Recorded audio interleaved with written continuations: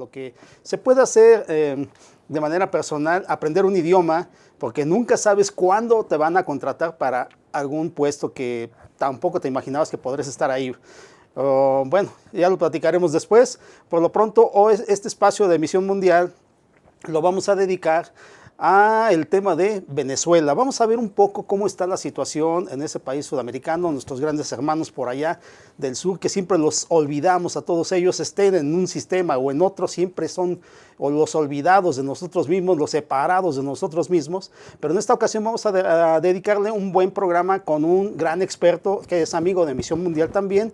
Él es Héctor Tenorio y ustedes ya lo vieron anteriormente. Él es especialista en el tema también, ha publicado un libro también sobre Hugo Chávez. Él ya nos platicará también cómo le ha ido con esto, porque también lo presentó aquí en el programa, si ustedes se acordarán. Nos acompaña también nuestro gran amigo, conductor, no te estoy olvidando, ¿no? Ernesto González Gálvez, diplomático, analista, internacionalista, cineasta. ¿Qué no es este hombre? Y ahora también es conductor de Misión Mundial. Gracias. Por favor. La compañera. ¿Te toca? Presentamos también a Mariana Mercado. No, si yo también me peleo, pues yo también quiero presentarla. Amigos, muchas gracias por sintonizarnos. Venezuela, podemos pensar que desde marzo 2013, desde la muerte de Hugo Chávez, cambió radicalmente. Hemos oído horrores, hemos oído extremos, hemos oído lo que no quisiéramos que nos pasara. Hemos escuchado el desabasto de víveres, sobre todo de papel higiénico, leche, aceite, café, los problemas respectivos. Sí. El presidente Maduro, ¿es o no es legítimo? En fin. Héctor, pues, tú eres el especialista. El presidente Maduro ha ganado las elecciones que se le han presentado las dos veces, entonces creo que no tendremos que preguntarnos si es legítimo o no. Hay una discusión en Venezuela sobre que no es lo mismo ser chavista con el precio del barril a 120, como le tocó a Hugo Chávez, que ser chavista con el precio a 60 o a veces hasta menos. Entonces, creo que también hay otra discusión en Caracas respecto que se le acusa a Maduro de haber perdido en la elección, en la primera que se presenta con Capriles, después de la muerte de Hugo Chávez, de haber perdido 2 millones de votos y que posteriormente ha seguido perdiendo. Pero la primera gran pérdida del chavismo en votos se presenta en el 2009 y se le presenta a Hugo Chávez, pierde 1 millón de votos. Pero curiosamente, si uno revisa los datos y los asocia, en el 2008 viene el quiebre financiero y con ello la debacle también de los precios, del precio del barril. Entonces, achacar todo a Maduro me parece injusto. Creo que es un país antes de Chávez y después de Chávez que siempre ha dependido del petróleo y que no produce, su campo no produce. De hecho, si revisamos en los años 60, en toda la historia de América Latina, de los 60 a los 80 es cuando se presenta el mayor traslado de seres humanos del campo a las ciudades, cosa que no pasa en Venezuela, porque Venezuela es totalmente urbana. Y Venezuela, bueno, pues con el petróleo desde los 70, ellos tienen un crecimiento espectacular y nunca invierten en el campo o en ser autosuficientes, ¿no? Eso es. Eso te podría decir de entrada. Bueno, Venezuela también es algo, son muchas cosas, ¿no? También, bueno, es petróleo, es tradición, es historia, leyenda, también un gran legado que nos ha dejado a través de Bolívar. Mujeres hermosas. Bueno, también de concursos que se han ganado por ahí. ¿Cuál es la situación del pueblo en este momento? ¿Qué es lo que está viviendo y cuáles son las presiones por las que está atravesando?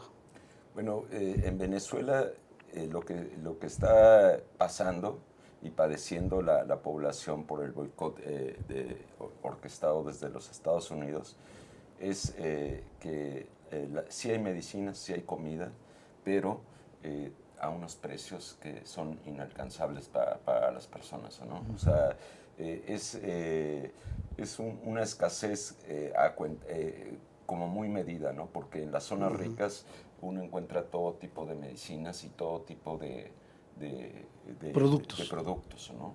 Y en las zonas pobres no. Entonces, lo que vivimos el 4 de agosto con el atentado es el coletazo de lo que pasó el año pasado, del 5 de abril al 11 de agosto, toda esta revuelta en las calles que terminó desapareciendo porque las expectativas eran tirar al presidente, que no se llevara la constituyente, cosa que no lo lograron. Se vino el año pasado, en diciembre, después de eso se vino la elección para gobernadores, donde una parte de la oposición sí participó, Acción Democrática, que es quien fundó la Cuarta República en el 59 hasta el 98, participó y ganó cuatro gobernaturas. Se vino los chavistas vieron que era oportuno adelantar y era legalmente constitucional adelantar el proceso electoral que estaba pactado para diciembre de este año. Lo adelantaron para mayo de pasado y otra vez la oposición, otra parte de la oposición volvió a participar y perdió. Entonces, el coletazo que estamos viendo es de una oposición que está aceptando el hecho que por la vía legal no va a poder, por la vía de las urnas no va a poder llegar al poder y está apostando a matar al presidente y sobre todo, lo más preocupante, está apostando a matar a la cúpula militar, lo que significaría desatar una guerra civil. O sea, yo creo que la prensa, digamos, los grandes medios de comunicación han querido disminuir este hecho diciendo el supuesto atentado, ¿no? Tratando de minar. Lo que pasó el 4 de agosto es muy grave. Tan grave es que hasta el expresidente Felipe Calderón en uno de los tweets dijo, si se comprueba sería muy grave, ¿no? ¿Qué hay del Tribunal Supremo de Justicia de Venezuela en el exilio? ¿Es viable? ¿Se puede tomar en cuenta? Pues no es legal. Fue nombrado y después de que fue nombrado se dieron cuenta que habían violentado la Constitución y el único Tribunal Superior de Justicia es el que está en Caracas, ¿no? Y hay toda una discusión de las detenciones de Requesón, del diputado Requesón y del desafuero. Y es toda la discusión del artículo 200 que explica que el fuero es desde que el diputado toma el poder hasta que lo termina, es permanente. Pero digamos, no es un apartado, pero en la segunda parte del artículo señala que si el único que podría quitar el fuero es el Tribunal Supremo de Justicia. Y en la parte final dice que si al diputado o diputada se le encontrara infragante en el acto delictivo, tendría que ser detenido en su domicilio, cosa que no pasó con Requesón. Requesón fue sacado de su domicilio y llevado a las instalaciones militares. Entonces, podríamos decir que la oposición tiene razón de que se violentó el artículo 200 en esa parte, pero no en la parte de que puede perder el fuero si el Tribunal Supremo de Justicia así lo determina, y así lo determinó. Eso es. Mariana Mercado, tú que eres también un poco, te interesa la cultura internacional, ¿cuál es la percepción que tú tienes de Venezuela? ¿Cuál es la Venezuela que tú conoces? Aquí tenemos un montón de noticias, siempre es el desabasto, siempre es los desafíos de Nicolás Maduro, siempre es las presiones de Estados Unidos contra ese país, pero exactamente, ¿cuál es la visión que tú tienes de ellos? Pues la verdad es que es muy parcial, porque me toca conocer proyectos por ejemplo, proyectos educativos rurales, ¿no? Que tienen mucho que ver con la autoalimentación Okay. y que son como muy asertivos, ¿no? Y que aparentemente, y dentro de lo que a mí me tocó ver, yo no he ido a Venezuela, me ha tocado ver tanto en noticias, documentales, en fin, eran bastante efectivos. Hablan también de que Maduro les proporcionó, y el petróleo le proporcionó a la población venezolana, que cada quien tuviera su casa escriturada, ¿no? Pero al final de cuentas, te estoy hablando de esa Venezuela que él diferencia, que el maestro diferencia muy bien, Sí. lo que es la Venezuela de Hugo Chávez y la Venezuela de Maduro. Y lo que me toca ver con las poquitas, por ejemplo, ahorita he interactuado con maestras venezolanas que traen proyectos muy interesantes de terapia de choque mediante juegos, ¿no? Y que vienen muy experimentadas porque allá está horrible. Entonces, pues sí, creo que es muy radical lo que está viviendo la gente. Es contrastante, digamos. Muy contrastante y muy triste, ¿no? Porque al final de cuentas, pues, es gente. Claro. Precisamente, Hugo, sobre lo que acaba de comentar Mariana, ese clima de malestar social y de enfrentamiento gobierno-oposición. Venezuela está entre los 5 países más violentos del mundo, ¿no? Con homicidios, atracos, corrupción, tráfico de drogas, tráfico de armas. A ese respecto, ¿qué nos puedes comentar? Bueno, ¿Es cierto, no es cierto? La inseguridad en la ciudad de Caracas y en las capitales, en las demás capitales, sí es notable, ¿no? O sea, no hay suficiente policía ahí para cuidar a los ciudadanos no sé, lo conté la otra vez que me golpearon 6 muchachos para robarme un celular. ¿No? Me dieron una paliza, ¿no? Y asaltos a mansalva. Eso fue hace un año ya, ¿no? Hace un año me estaban dando 6 muchachos de 20 años y me paré y los golpeé y bueno, yo loco, ¿no? Pero, nos lo estás platicando, que es lo importante. Sí, y no hay policías, ¿no? Entonces, también hay como contradicciones, yo platicaba con los chavistas y había como contradicciones porque decíamos, bueno, ¿qué dictadura es esta, no? Porque no hay policías, ¿o no? Esto no pasaría en La Habana, donde hay un control policíaco, ¿no? Sí. O sea, los viernes, no sé si lo platiqué también, como ya no hay dinero suficiente para ir a los bares, entonces chavistas, no chavistas, apolíticos se juntan en la calle afuera de las tiendas de abarrotes que venden vino, y entonces son gente más 60, 80, y ahí empiezan a poner la música y a beber, y entonces ves la ciudad de Caracas llena de gente, y es el día que hay menos asaltos, porque los ladrones malandros también van Están entretenidos. Están entretenidos, ¿no? Pero entonces, ¿qué clase de dictadura? Le decía a un amigo nuestro, Federico Campbell, que él habla de la dictadura, y le digo, oye, salía con jóvenes funcionarios, porque las oficinas, me impresionó, está llena de jóvenes, de 30 años para abajo, están llenas de jóvenes. Entonces salíamos y tomábamos un autobús. Nos vamos a un corte y regresamos contigo. Por favor, Ahora, por favor. pues. Vamos a un corte.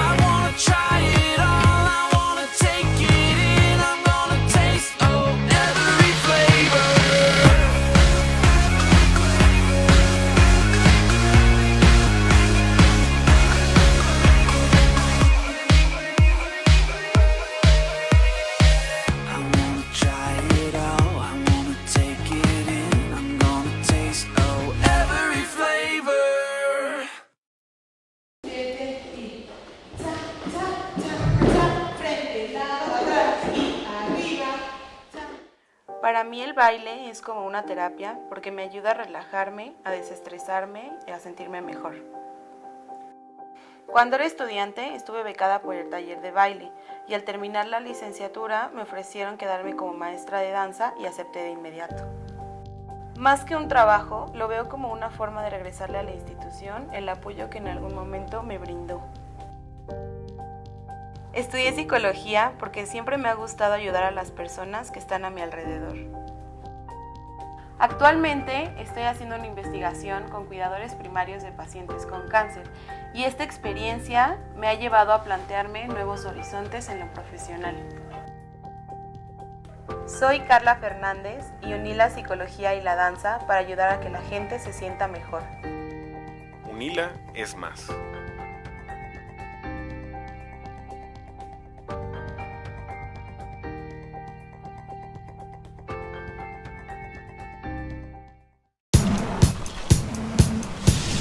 Para cuando sudamos la camiseta. Para los que tenemos una vida intensa. Porque todos necesitamos rehidratarnos.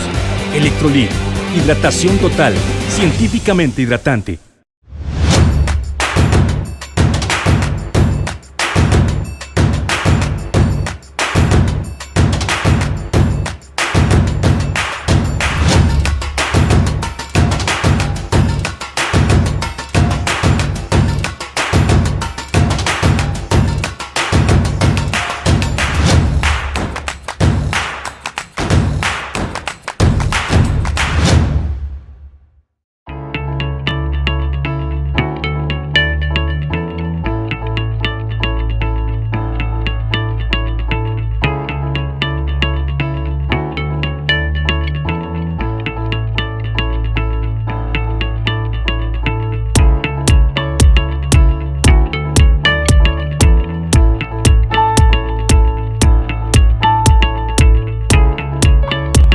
Estamos seguros que construyendo a través de la gente podremos trabajar y sobre todo contribuir en los resultados de su negocio.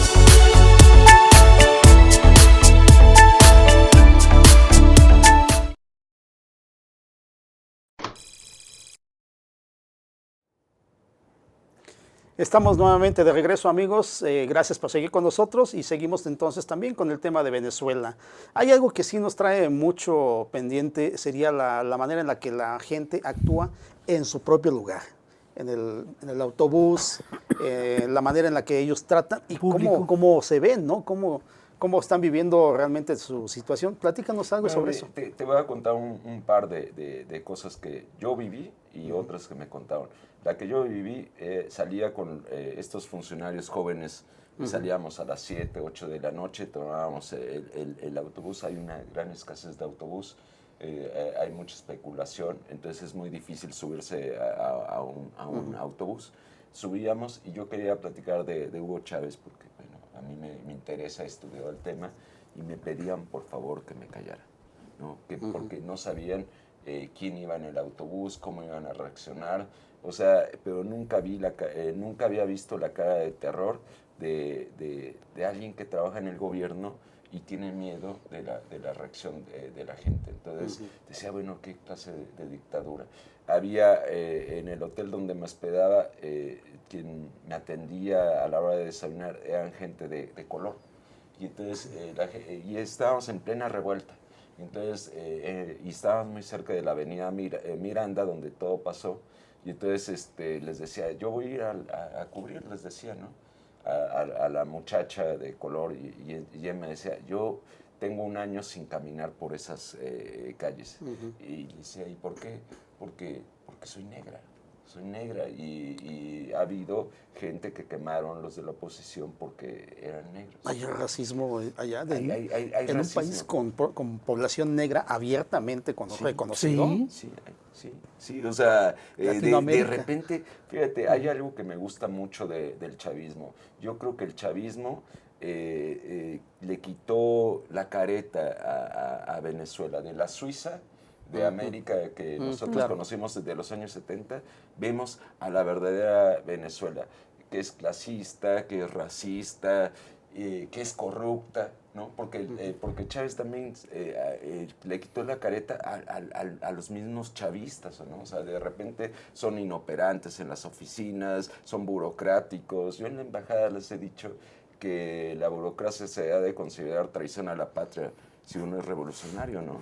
Porque te tardan, porque juegan con tus papeles, si Sí, eres totalmente. opositor Te te secuestran. lo Es un retienen. bloqueo prácticamente, ¿no? Sí, es un bloqueo. Yo te podría decir que el chavismo, madurismo está noqueado, pero la oposición está noqueada y el país está noqueado. Y lo que los mantiene es una inercia, ¿no? O sea, porque siguen descubriendo yacimientos en el sur de Venezuela, en el Amazonas, siguen descubriendo oro, porque siguen llegando las inversiones de China, porque siguen llegando las inversiones de Rusia. En las entrevistas me insistían que platicara sobre China. Bueno, ahí sí quedé rebasado, es la verdad, ¿no? Pero parece que ese es un tema que les interesa. Están estudiando mandarín, chino mandarín. Fíjate, interesante. Entonces, ellos están viendo hacia China, ¿no? Y entonces, también la presión de los Estados Unidos es un poco que están quedándose fuera de la jugada, ¿no? De la repartición del Amazonas, ¿no?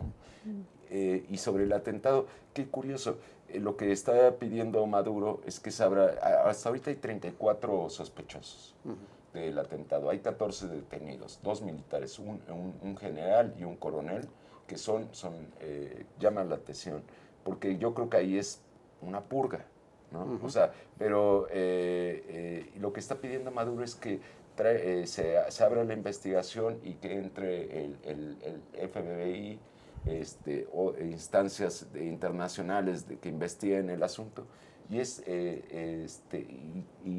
el FBI Trump lo ataca, lo cuestiona, lo desmerita, ¿no? Sí. O sea, pero yo creo que ahí hay una buena voluntad del presidente Maduro, y quiere demostrar los vínculos que el atentado fue planeado desde Colombia, ¿no? Por Santos. Exactamente. La relación con Colombia, también platícanos cómo es tratado el periodista allá, si puede coberturar bien la nota, coméntanos al respecto. Bueno, mira, yo vi una cobertura de por lo menos 400 periodistas en toda la etapa de la revuelta. Y lo que vi fue una cobertura parcial, porque se ubicaban, por ejemplo, había marchas, ¿no? Marchas de la oposición, y al otro día había marchas del gobierno, ¿no? Y no veías la misma cobertura internacional de una y de otra, ¿no? O sea, eventualmente EFE iba, eventualmente Reuters iba a cubrir las marchas oficiales. Entonces, yo vi condiciones no óptimas para cubrir, para hacer tu trabajo, porque estás bajo mucha presión. Si iba a las marchas, yo ya estaba saliendo en la tele y en la radio, iba a las marchas de la oposición a cubrir, porque también estaba cubriendo, y me empezaban a tomar fotos a mí. Y uno empieza a tener miedo. Te ¿no? ficharon. Sí, me ficharon los de la oposición, ¿no? O sea, sí, yo aquí acuso públicamente al presidente Nicolás Maduro de haber enloquecido a la oposición, de haberlos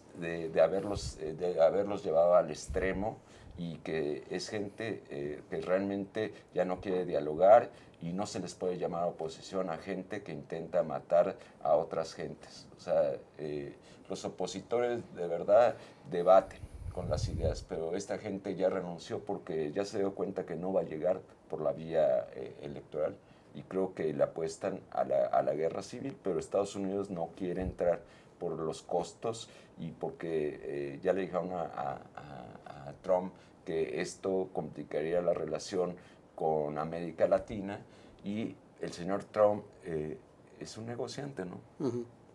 Sí, no está viendo la ganancia inmediata, ¿no? Claro. Ajá. Perdón, ¿y la relación del ambiente con Colombia? Perdón.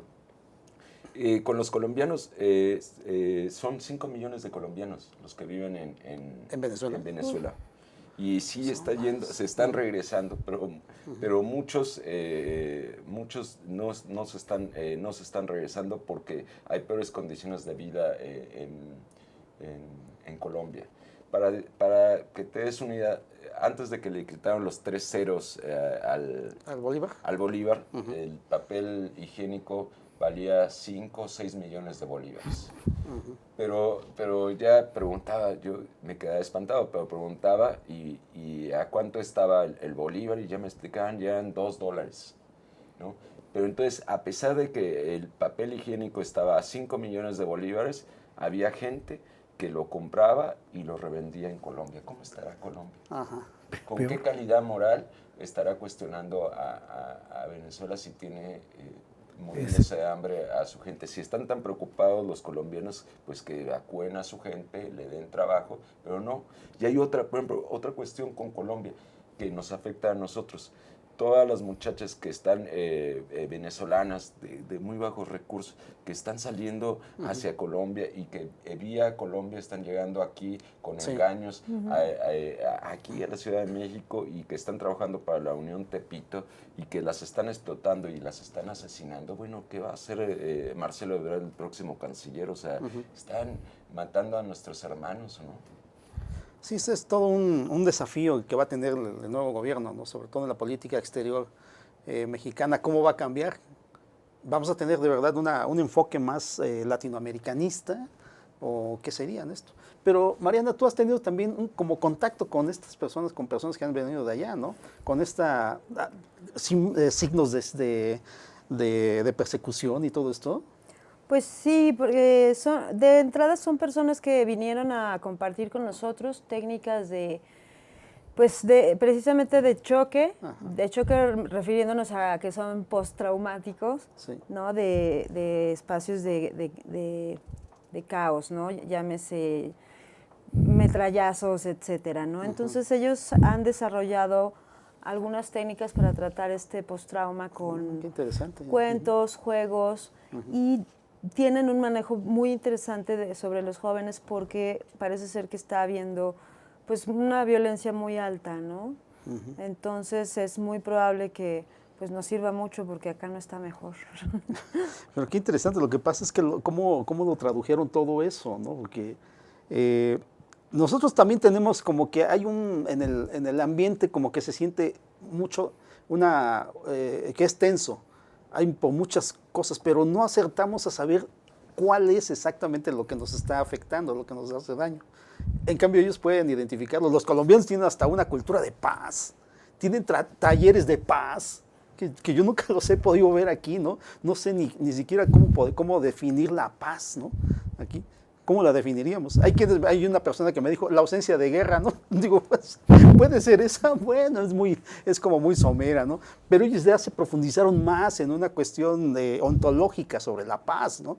Y eso es lo que llama mucho la atención, que van a niveles profundamente filosóficos y en este caso pedagógicos, como tú me estás diciendo. Sí, resiliencia que le llaman, ¿no? O sea, cómo recuperarse lo más pronto y más efectivamente posible de una situación traumática.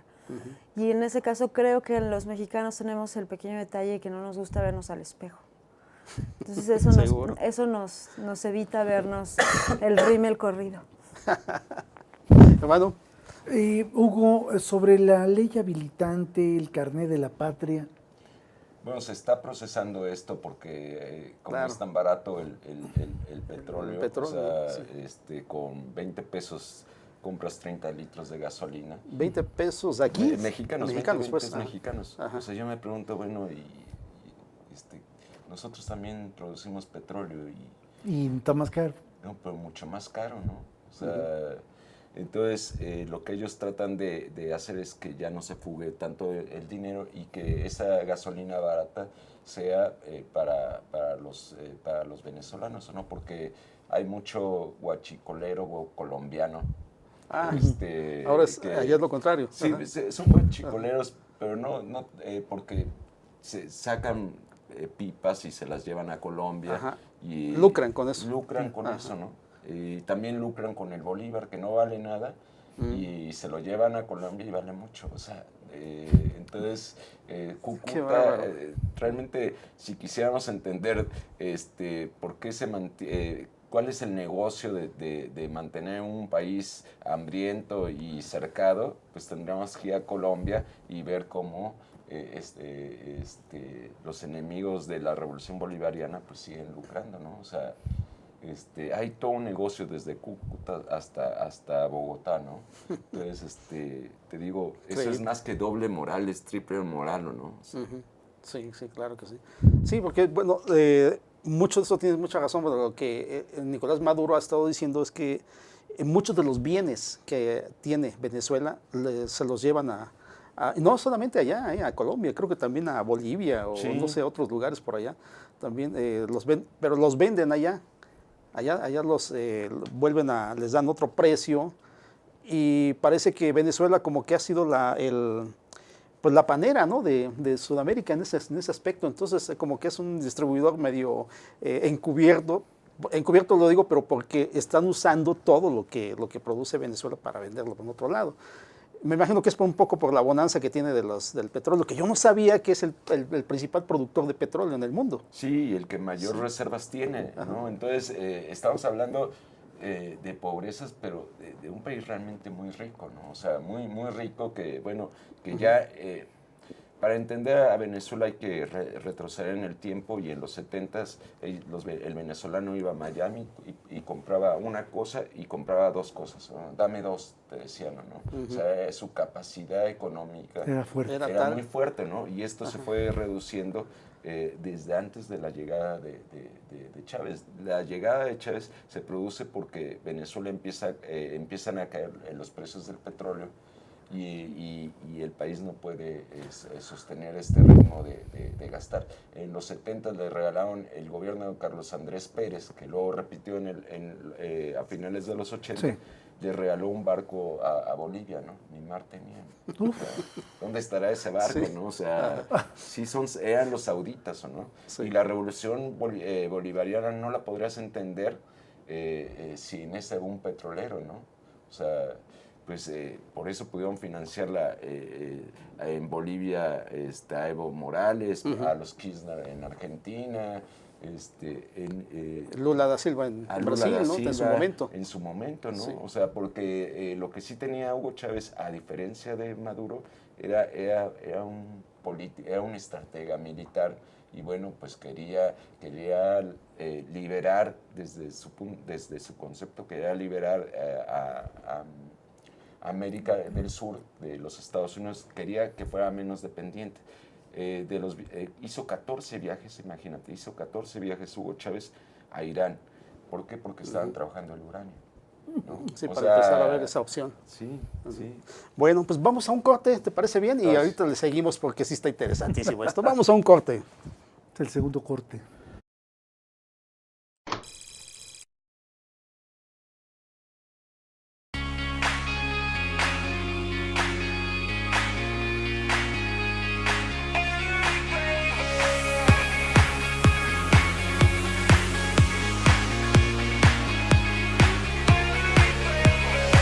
I wanna try it all, I wanna take it in, I'm gonna taste every flavor.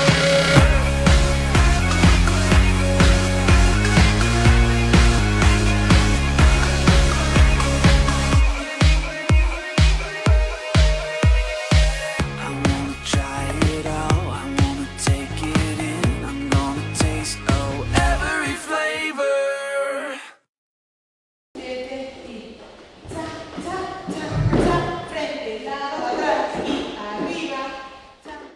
Para mí el baile es como una terapia porque me ayuda a relajarme, a desestresarme y a sentirme mejor. Cuando era estudiante estuve becada por el taller de baile y al terminar la licenciatura me ofrecieron quedarme como maestra de danza y acepté de inmediato. Más que un trabajo, lo veo como una forma de regresarle a la institución el apoyo que en algún momento me brindó. Estudié psicología porque siempre me ha gustado ayudar a las personas que están a mi alrededor. Actualmente estoy haciendo una investigación con cuidadores primarios de pacientes con cáncer y esta experiencia me ha llevado a plantearme nuevos horizontes en lo profesional. Soy Carla Fernández y uní la psicología y la danza para ayudar a que la gente se sienta mejor. UNILA es más.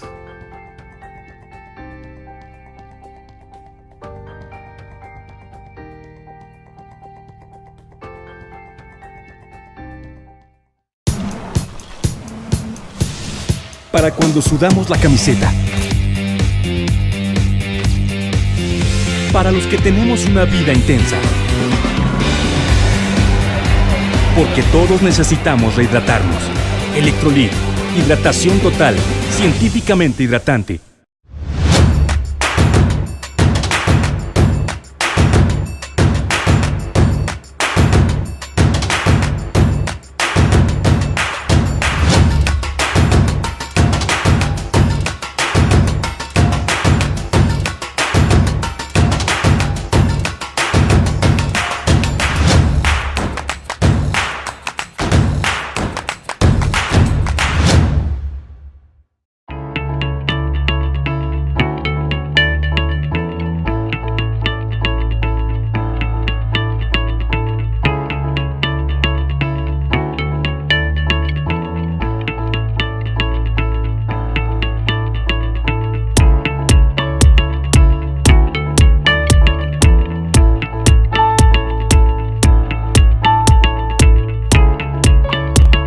Estamos seguros que construyendo a través de la gente podremos trabajar y sobre todo contribuir en los resultados de su negocio.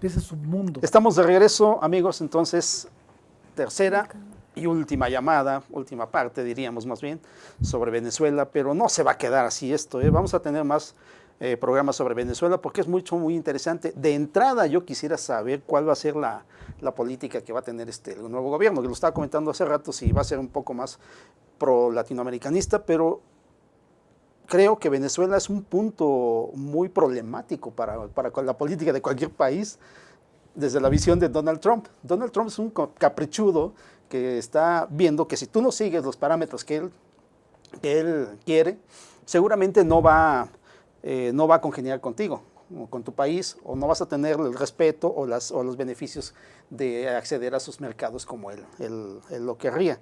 De hecho, México está sojuzgado con eso. Y uno de los señalamientos que siempre se le ha hecho a México es, si se llega a parecer tan solo un poco a Venezuela, creo que dicen que por ahí hasta actuaría él en algo. ¿Tú qué piensas de esto? Sí, fíjate que la relación con Donald Trump en Venezuela llegó a un punto álgido el año pasado, en agosto.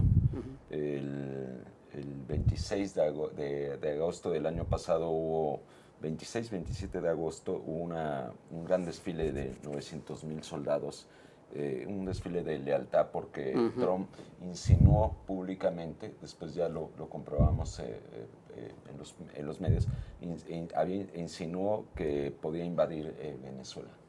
Y Maduro dijo, pues aquí estamos, los vamos a esperar y vamos a defender la patria, ¿no? Y después del desfile, Trump también le bajó los humos y después de eso ha habido como un punto muerto. La relación con Venezuela del nuevo gobierno de Andrés Manuel López Obrador creo que va a ser lo más lejano posible. Sí, yo también me temo que va a ser así. Sí. Y tomo en referencia el acuerdo de San José, firmado el 16 de enero del 80 entre México y Venezuela para suministrar petróleo y gas a Centroamérica y el Caribe. Que podrían repetirlo, ¿no? Si quisieran, pero creo que no hay condiciones. Creo que en toda la campaña Andrés Manuel López Obrador solo en la agenda internacional fijó su interés en Estados Unidos, que él va a poder calmar a Trump. Nadie puede calmar a Trump. No. O sea, ni él ni Trump puede calmarse a sí mismo, ¿no? Sí, es cierto. Entonces, le van a apostar a que funcione al Tratado de Libre Comercio, y creo que donde va a tener una fricción Andrés Manuel López Obrador con Trump es en que Trump quiere que la verdadera frontera empiece desde Tapachula, ¿no? O sea, que ahí separen a los centroamericanos, ¿no? Exactamente, Entonces, sí, que México deje de es ser otro tema un país interesante. transitorio Sí. y que sea un país que tenga, donde queden los migrantes. Pero México no tiene la capacidad económica para Sí, mantener sí, esas para contener. hordas, ¿o no? Claro. Y vienen las deportaciones de miles de salvadoreños el próximo año que los devuelven a su país. Eso decía Gerardo, eso va a estallar la guerra entre la Mara y el gobierno. Eso va a desestabilizar más. En Nicaragua sigue la inestabilidad. Increíble, ¿no? Hay Sí. éxodos ya hacia Ajá. Costa Rica, y en Honduras siguen las pláticas entre la oposición y el gobierno por las elecciones fraudulentas del pasado noviembre. Toda esa combinación va a hacer que nos estalle en la frontera sur, y cuando lleguen las maras a la frontera sur, pues van a querer tomar el control del tráfico humano de personas hacia la frontera del norte, y ahí se van a encontrar con las bandas criminales mexicanas y se van a poner feas las cosas. Entonces, sí, creo que Andrés Manuel va a cuidar mucho de no parecerse a Maduro, y creo que no tiene ni a Chávez, porque además no tiene el boom petrolero a su favor, no tiene los precios del petróleo a su favor, no tiene petróleo, ¿no? O sea, tendría que echar para abajo la reforma energética para tener otra vez el control del petróleo. Y bueno, pues entonces va a tratar de llevárselo lo más suavecito, y ha puesto a un hombre muy tibio como Marcelo Ebrard, un hombre que solo sabe hacer negocios. Donde lo pongas te hace un negocio, ¿no? Sí, O sea, las famosas plumas de Ebrard, ¿no? Sí, Sí. pues las grúas, todo grúas, sí. se los dio a su hermano, el Metrobús, o sea, pues tiene una lista enorme.